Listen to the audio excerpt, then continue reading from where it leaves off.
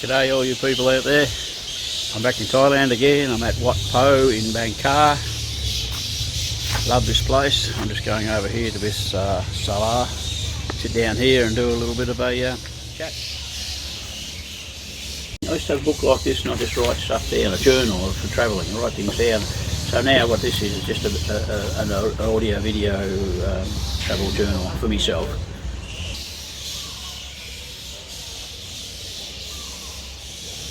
Oh guys, it's a bit like this. My notebook. I've been over in Australia 2 weeks, fantastic. Good to get back.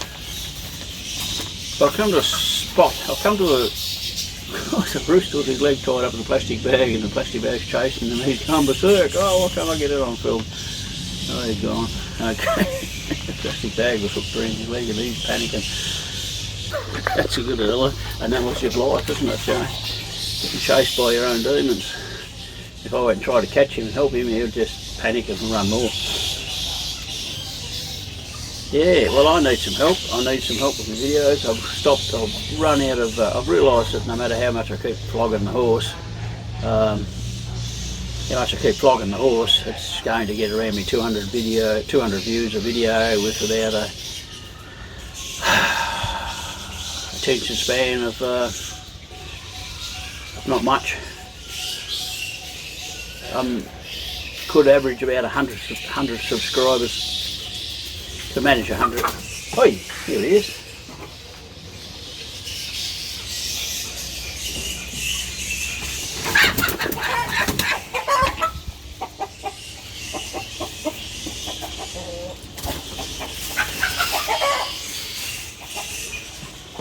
I just caught the rooster and he sat up beside me and I grabbed him and pulled the bag off his leg. I've done me a good deed for the day. Yeah, smart rooster. Yeah, flogging the dead horse in my videos. I'm making videos. My aim is not to get fantastic on YouTube. My aim is to learn to make good videos. And I've got to look at the camera. The aim is not to become a YouTube bloody king, but the YouTube seems to be a measure of how good your videos are and your content. And if you've got good content, interesting, and it's put together right, your sound's right, and your vision's right, your YouTube will reward you with viewers and viewers who watch the whole video. You don't want something like the old grandparents slideshow. You've got to have the attention of the audience, the attention of the viewer. So my aim is to learn how to make good videos, and the test of that is how many YouTube subscribers I can get. I'm only doing about 100 subscribers in a year, I think, at the moment. It's taken me 4 years to get to 150, but lately I've been using different techniques and I can pull in maybe 100 subscribers in a year, and that's bloody woeful. That's shocking.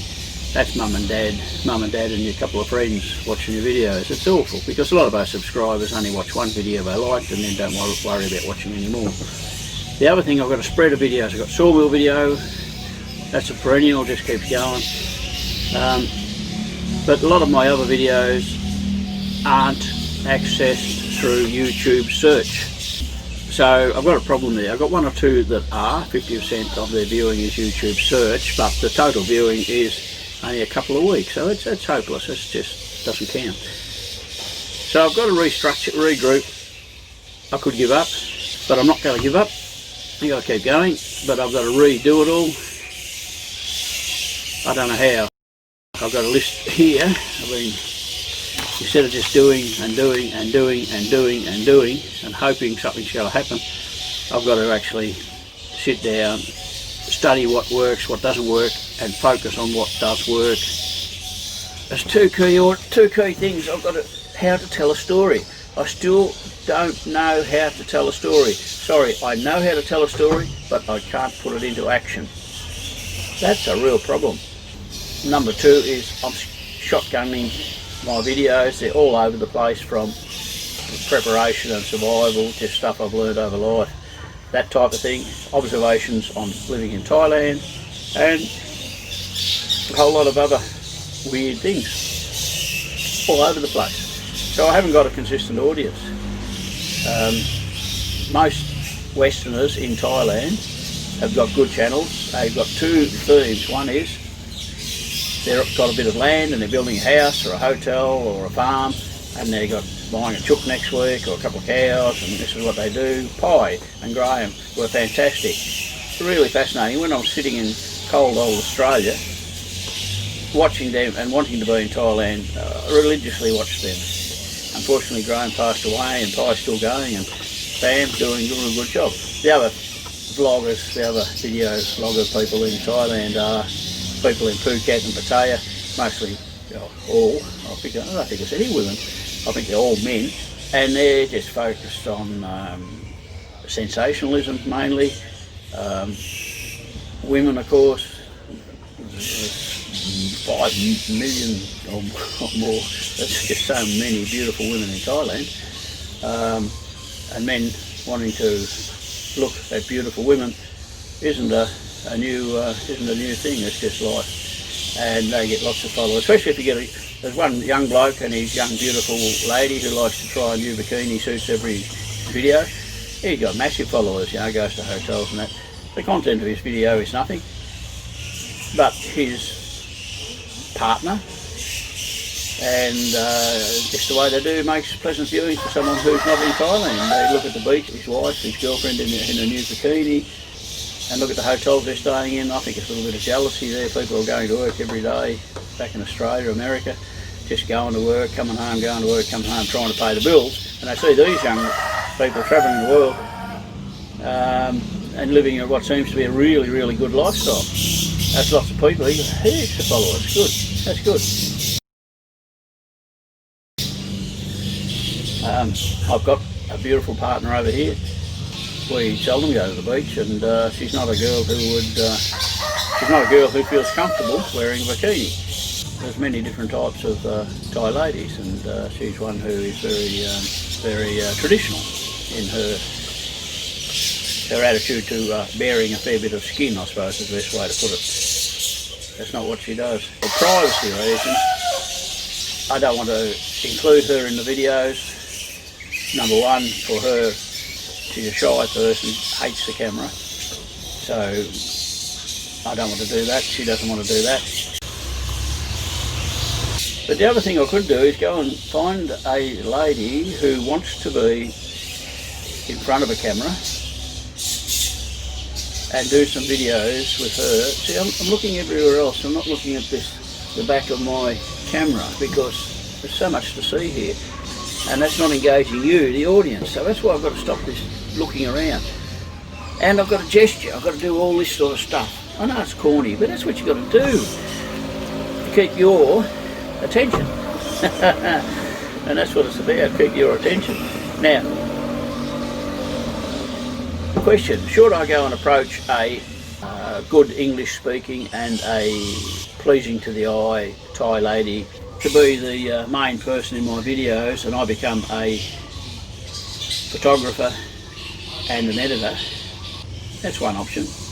The other option is I've got to pick on a particular part of an audience, whether it's homesteading, whether it's off-gridding. I've got an off-grid house, so I'm doing that. I know a fair bit about it. I've been planning it for bloody ever.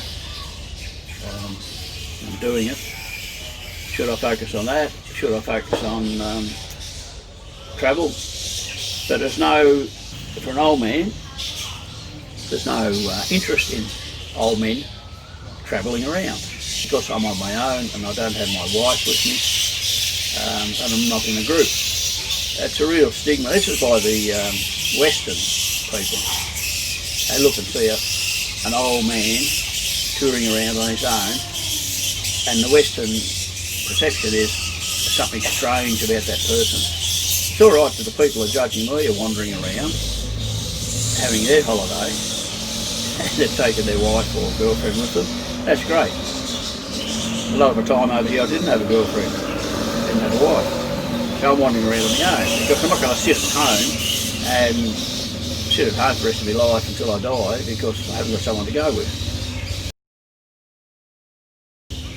The noise you can hear in the background is all the fruit bats chirping, or I call it chirping, thousands of them. and they just work in the community here. Nobody hates them. Farmers don't hate them that I know of. They're part of the nature. Thailand's funny like that. They're just so tolerant of everything, you know. Like the bats all might come and eat all their fruit, but they're tolerant of them. The dogs run out and bite you, but they won't hit the dog. They might yell at him. It's very tolerant in many ways. First little sailor here. Sailor's just a shelter sheddy thing. It's been sponsored by Jiu-Jitsu Air Conditioning. Yeah, so I've got to refocus. I've got a list here. I'll read out the list that I've got to do. I've got to reformat my videos. Do I do as I'm doing now, talk, which is a personality thing, that type of thing, or do I remove myself from the videos, do the same sorts of videos with the text under. Just got the phone call. Just got the phone call from me mate, Brian. He's at the coffee shop. I've been to the coffee shop. He's at the coffee shop and he just wanted to know if I needed to look back home, and I said, no, I need the exercise, so I'll walk. I like walking. Today's not hot, it's, I don't know, 20 degrees, cool breeze. Not cold, not hot, just lovely. Yeah, so what do I do, folks? What do I do? Travel guide, information brochure type videos, that's another option. Off-gridding, prepping, hard times, how to do, that's another video. How to do videos that I've done, a couple of them have worked quite well. But once again, I'd like to do what the problems you come across sort of living off-grid. But here, I'm in Thailand, I'm not in the off-grid location, so I can't go and show stuff at me off-grid location. Something completely different is the title I've got written down. That means go and hire or work in collaboration with a very photogenic girl, or work with another YouTube creator. I want to do that anyway. It's one thing I really do have to do, is find another YouTube creator here in Thailand and back in Australia when I'm in Australia. So here's one comment on the most current affairs. Okay, I wandered through Bangkok airport the other day, come back into Thailand right in the middle of a coronavirus scare. Everybody's wearing face masks. Oh my God, there's a video there, but I was just a bit stuffed after the flight. But the video of there was everybody's wearing these face masks, and then they all sit down in a restaurant, take their face masks off and eat meals prepared by people who weren't. People have no concept of a virus is spread by contact and it gets into your body. Everybody covers their mouth, but nobody covers their eyes. They don't wash their hands, they don't wear gloves. The virus is on their skin. When they get home, take their clothes off, they're touching the virus and then rubbing their eyes and their mouth.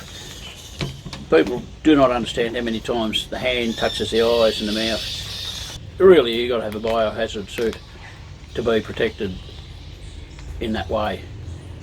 A mask is a joke, and the masks that everybody's buying are just a bit of tissue paper with a couple of elastic hooks to put behind your ears. Well, that's not going to stop anything, you know. But people makes them feel good, you know. I got into trouble because my mates told me, put the mask on, put the mask on. I said, it's bloody useless, why would I put it on? It's not going to stop anything. But anyway, that was a video about everybody panicking and wearing the masks. Now the coronavirus might keep going, I don't know anything much about it except it's a virus, but it seems to me there's a very low death toll and a very low spread rate in reality. The biggest spread rate is panic videos on YouTube. That's the biggest thing, that's the virus. Everybody's panicking. And don't get me wrong, the bubonic plague hasn't gone away. A plague-like disease will definitely attack humans again.